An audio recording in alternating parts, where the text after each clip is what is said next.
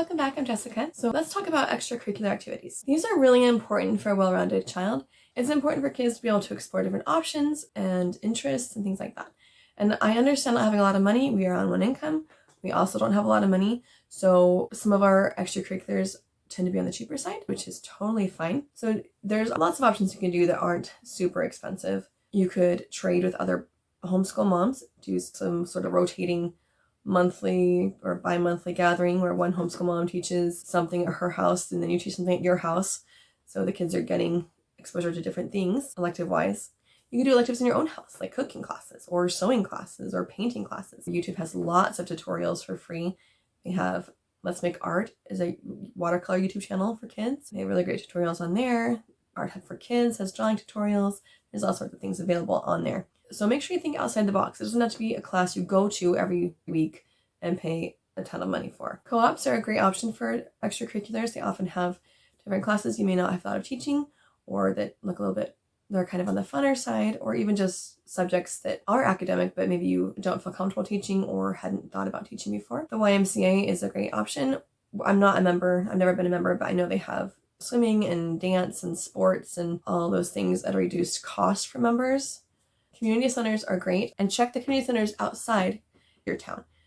Figure out what your max driving distance is and then look within those options. You can call them or look on their websites. Roller skating rinks or ice skating rinks often have lessons. In most states, maybe all states, I'm not sure, but homeschoolers are allowed to join classes or sports teams in the schools in their district. So if your child wants to join band or PE class or whatever, you can make arrangements with the schools. You drop them off and pick them up after that class is done. You can start your own extracurricular activity. I have one mom friend, her church has given her permission to have an indoor 2-hour playtime in her church gym. And so we just go and let the kids run around and be crazy. And then that's on Tuesdays. And then on Thursdays, they do a park date.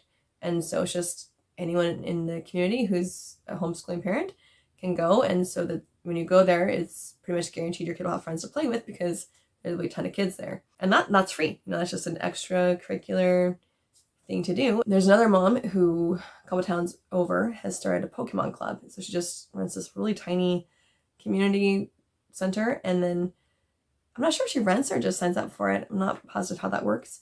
But then the kids can go every other week and trade Pokemon cards. OutSchool is a great option. They have tons of online classes and with all different subjects, and most of them aren't too expensive, like $10 a class or $5 a class, just depends on the teacher. You can go to, I think it's italki.com, and you can sign up with a native language speaker and do native language instruction that way for foreign language. If your child is older, you may want to do something like the Great Courses.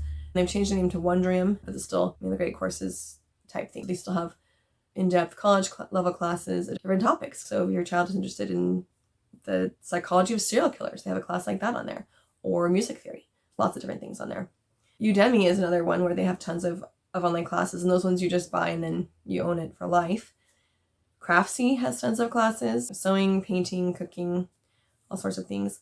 Libraries are another great option to look for extracurricular activities. Ours, I know they have a crafting group. They've got book clubs, walking groups. In summers, they have just a week of free lunch and Legos. They've had STEM classes, craft classes, read to a dog, teen Dungeon and Dragon, teen paint nights, ukulele classes, gardening classes. They have tons of stuff. And don't just look at the library in your town. Look at the libraries in your county as well, and even in neighboring counties. A lot of different options to do. You could plan your own extracurricular activities with your child. Whatever they're interested in, you could put together a class for that and incorporate that into their day. So maybe they love anthropology or they love birds. You could have weekly bird watching trips or trips to wildlife sanctuaries, things like that. You could do volunteering as extracurricular. You could do food banks or soup kitchens or park cleanups or mowing elderly people's lawns that can't do it themselves. There's so many options, and a lot of them don't have to cost very much money, or that could just be a one-time fee. So now we've covered all the fun stuff. Click here for the next video on what the heck do you actually teach in homeschool. All right, please like and subscribe, and I'll see you next time.